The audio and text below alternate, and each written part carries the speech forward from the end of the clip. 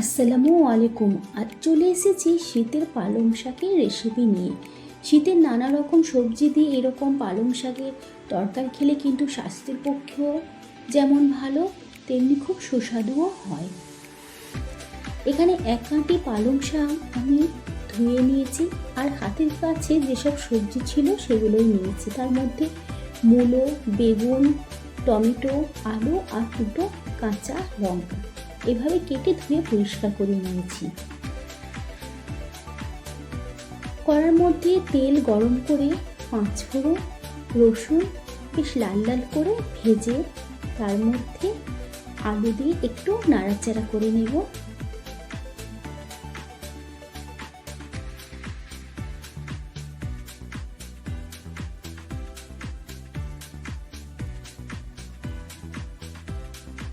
আলু তেলের মধ্যে নাড়াচাড়া করার পর এর মধ্যে বেগুন দেব।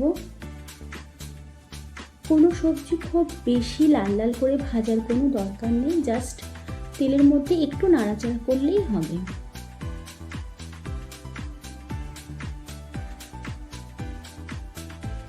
এরপর মূলো দিয়ে একটু সব সবজিগুলো একসাথে নাড়াচাড়া করব।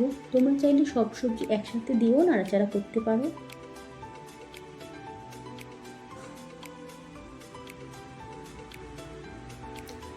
সব সবজিগুলো তেলের মধ্যে একটু নাড়াচাড়া করার পর কিছু গুঁড়ো মশলা অ্যাড করব।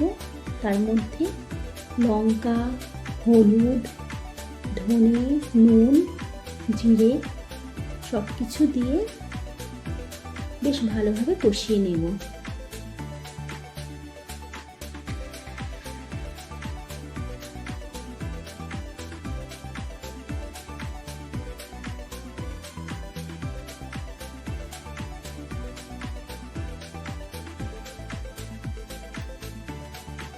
খুব ভালোভাবে যখন সবজিগুলো মশলার সাথে কষিয়ে নেব, তারপর হালকা একটু গরম পানি অ্যাড করে ঢাকা দেব।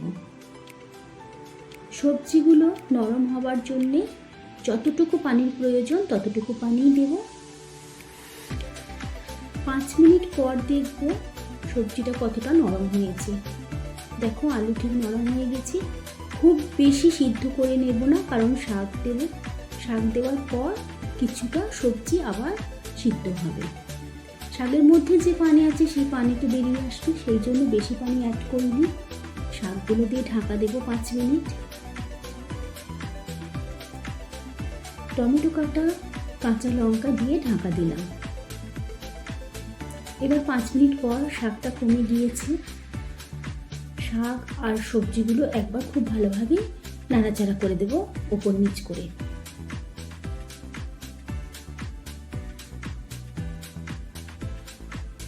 এই রান্নায় খুব বেশি মশলার প্রয়োজন নেই, কারণ শাকটা হয়ে যাবার পর শাকের কালার যেরকম সবুজ হয় সেরকম থাকলে তরকারিটা খেতে খুব বেশি ভালো লাগে।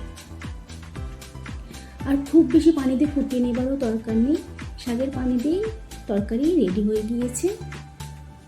তাহলে এই রেসিপি যদি তোমাদের ভালো লেগে থাকে ভিডিওটি লাইক করবেন। আপনাদের কাছে অনুরোধ রইল চ্যানেলটি সাবস্ক্রাইব করা, আর এই রেসিপি কেমন লাগলো অবশ্যই কমেন্ট বক্সে জানাবেন।